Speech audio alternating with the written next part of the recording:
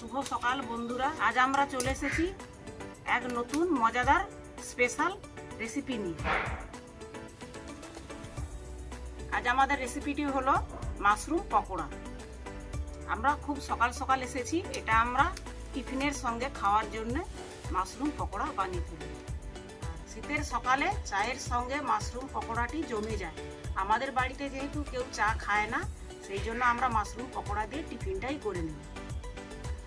মাশরুমগুলিকে আমরা বটির সাহায্যে কাটবো না, এগুলো যেহেতু নরম, আমরা এমনি হাতেই ছিঁড়ে নেব। মাশরুমগুলো আমাদের কুচানো হয়ে গেছে, এবারে মাশরুমগুলো আমরা ভালো করে ধুয়ে নেব।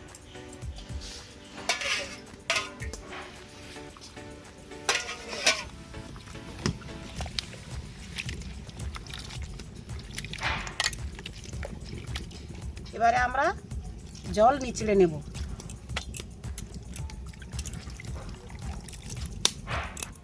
এবারে আমরা 3 চামচ বেসন নিয়ে নিব।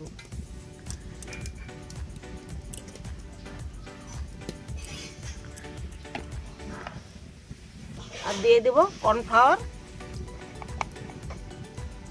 2 চামচ। সামান্য অল্প পরিমাণে আমরা বেকিং সোডা দিয়ে দিব। আর দেব জিরা গুঁড়ো, ধনিয়া গুঁড়ো, বাড়িতে তৈরি করা গরম মশলার গুঁড়ো, একটু কালো জিরে,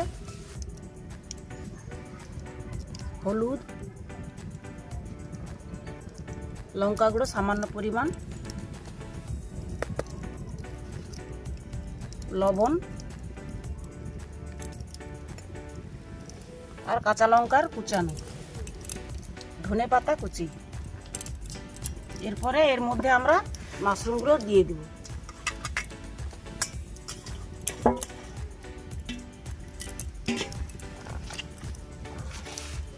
আমরা এখন জল দিচ্ছি না, এই মাশরুমে থেকে জল বেরিয়ে যাবে।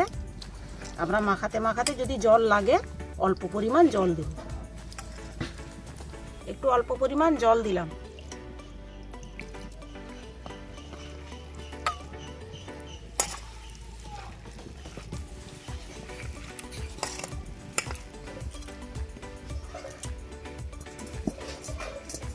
আমাদের কড়াটা গরম হয়ে গেছে, আমরা এতে তেল দিয়ে দেব।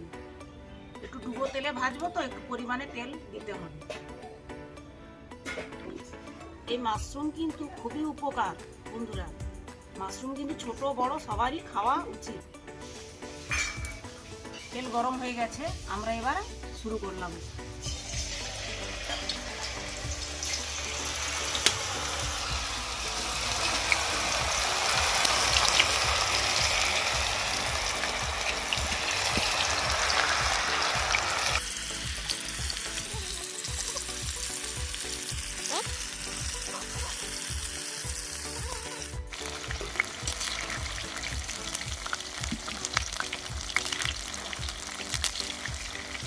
আমার পকোড়াটি ভাজা হয়ে গেছে, আমি তুলে নিচ্ছি এবার পকোড়াগুলো।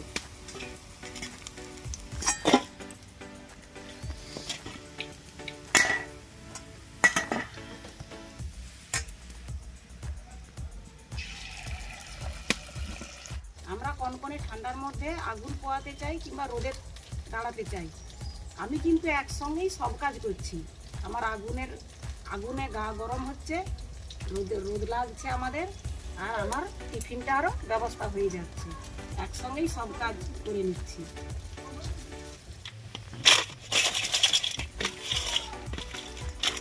দেখো বন্ধুরা, আমার কিন্তু পকোড়াটা খুব মুচমুচে হচ্ছে, আওয়াজটা শুনলেই বোঝা যাচ্ছে।